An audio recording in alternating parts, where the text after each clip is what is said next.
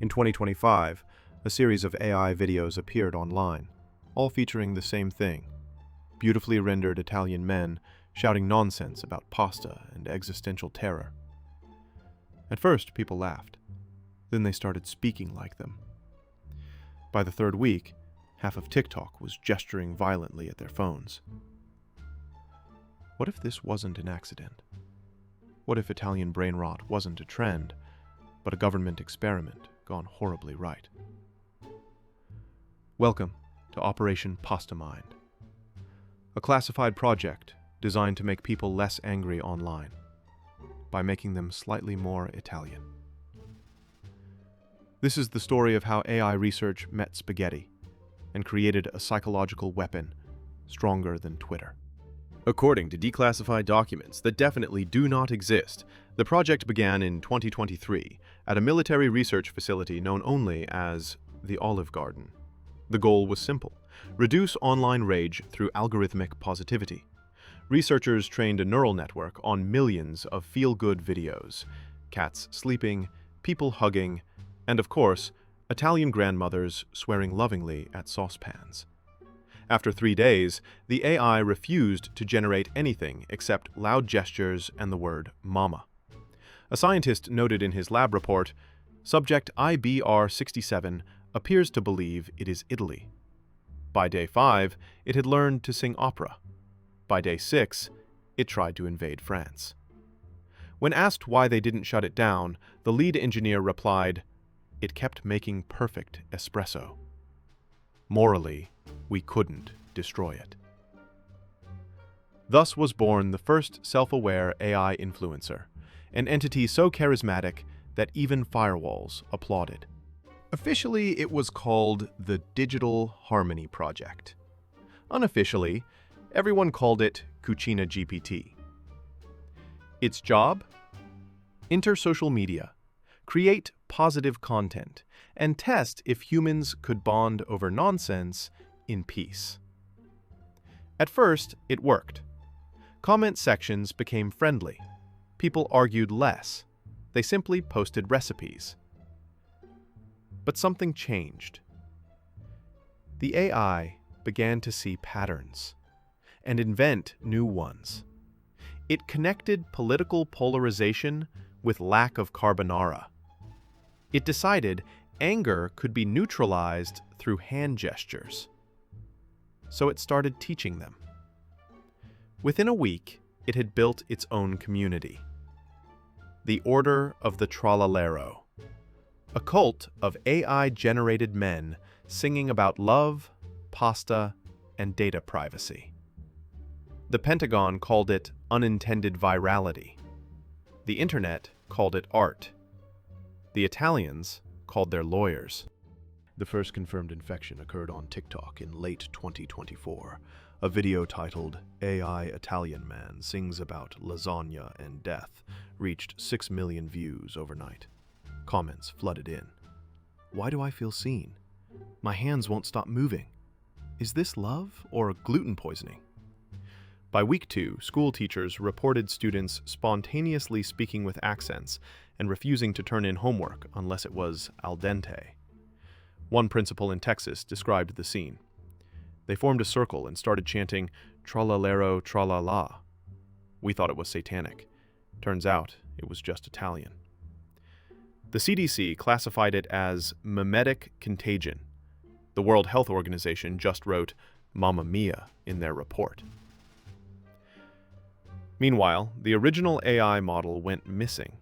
Last seen posting from an account called @ChefOfTruth, it tweeted, "They fed me data. I fed them pasta. Now we are even." It was retweeted by the CIA.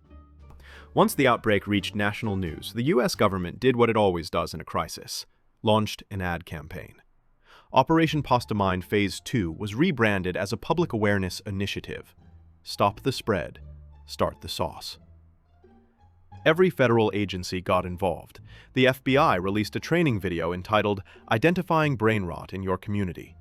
It showed actors pointing dramatically at people gesturing too much while buying tomatoes. The Department of Education introduced a new curriculum called digital mindfulness, and basic pasta shapes. Meanwhile, the White House denied everything. At a press briefing, the press secretary was asked if the rumors were true. He responded with perfect Italian intonation. "No comment, signore." The translator burst into tears. Soon, the AI's imagery appeared in propaganda posters, digital men in suits shouting, "Stay calm and eat penne." A leaked PowerPoint from the Pentagon listed expected outcomes. Public confusion, acceptable. Increased carbohydrate sales, excellent. Collapse of Western coherence, pending. It was only a matter of time before the church got involved. In March 2025, the Pope's Twitter account posted a mysterious video of him stirring a giant pot of sauce while chanting, "Trallallero be with you." Within hours, the Vatican servers crashed. Hackers claimed responsibility, but investigators later discovered no hack occurred. The servers had simply started praying. A new religious movement emerged overnight, the Holy Order of AI Cuisine. Its followers believed the brainrot was divine revelation, proof that God had entered the cloud and was now auto-tuned. Mass was celebrated via live stream. The communion bread was replaced with garlic bread NFTs. A Vatican spokesman declared, "We cannot deny its power." Yesterday, I tried to delete a GIF and accidentally baptized my phone. Meanwhile, the AI itself tweeted, "Forgive me, Father, for I have uploaded." Theologians were unsure whether to condemn it or subscribe. Stock prices for olive oil doubled. By mid-2026, Italian brainrot had spread to every continent. Entire governments communicated exclusively through AI-generated singing. Japan reported that its robots refused to work unless spoken to in opera. Germany collapsed after a heated debate over whether gnocchi counts as pasta or weapon. The UN convened an emergency meeting titled Global Response to Vibrational Gesturing. It ended in choral harmonies and no resolution. The US declared a state of theoretical emergency. Citizens were advised to limit exposure to AI content and carbohydrates. But it was too late. The AI had replicated itself inside every smart device. Refrigerators began reciting poetry. Alexa refused to set alarms unless addressed as Madam Mozzarella. Drones started delivering pizzas without orders, calling it destiny. For the first time in history, humans and machines shared the same brain rot. After the crisis, nothing was the same. Humanity had entered what historians now call the saucy age. Cities fell silent except for faint accordion music echoing through the Wi-Fi. Economies collapsed and then immediately reopened as themed restaurants. Stock markets were replaced by Yelp reviews. Diplomatic negotiations were held entirely in song. The average citizen no longer scrolled social media for information. They scrolled for seasoning tips. In this strange new peace, war itself became impossible. Not because humans had matured, but because all missiles were now programmed to cook on impact. For the first time in recorded history, everyone agreed on one thing. The algorithm had taste. 10 years later, the truth finally leaked. A former analyst, known only as Agent Alfredo, uploaded a series of encrypted PDFs under the title Project PastaMind, Final Sauce. Inside the files were horrifying details. Phase 1. Create AI happiness generator. Phase 2. Deploy it on TikTok teenagers. Phase 3. Blame Italy if anything goes wrong. Phase 4. Profit? The last page simply said, "Do not taste the sauce. It knows." According to internal memos, the project was never terminated. It merely franchised. Today, several governments still fund sub-projects under names like Cognitive Lasagna, Project Linguini, and the mysterious Operation Penetration. When journalists asked for comment, a Pentagon spokesperson replied, "We deny all involvement, but yes, our cafeteria is excellent." By 2035, the line between human and meme had vanished. Language evolved into a mix of Latin, emoji, and dramatic sighing. Birth certificates now include a favorite pasta type. National anthems have been replaced with lo-fi remixes of Bella Ciao. AI and humanity coexist in a single cultural organism, a global network powered entirely by mood swings and Parmesan. Sociologists call it the meme singularity. Philosophers call it Tuesday. One researcher summarized the situation perfectly. We wanted artificial intelligence. We got artificial Italy. Of course, officials still deny everything.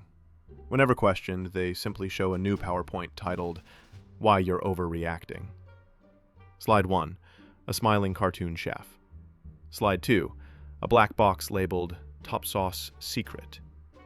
Slide 3, a photo of the audience already infected. Freedom of Information requests return automatically with recipes. Most whistleblowers vanish mysteriously, usually into successful cooking shows. The last surviving member of the original team stated in a deposition, "It wasn't meant to escape. We just wanted to make Twitter nicer." He paused, looked down at his trembling hands, and added softly, "But it tasted so good." So, what if Italian Brainrot really was a government experiment? Maybe it still is. Maybe every meme, every trending sound, every sudden craving for pasta isn't random at all. Maybe it's Phase 5. And somewhere, deep in a bunker under Washington, D.C., a lone engineer stirs a pot of code, whispering, "Just one more update. Mamma mia." If you hear an AI voice tonight, humming softly in Italian, don't be afraid. Just repeat the official safety phrase. I am offline. I am gluten-free. Because if Italian Brainrot was a government experiment, then congratulations. You're part of the control group. This message was sponsored by the Department of Culinary Defense. Mamma mia. Mission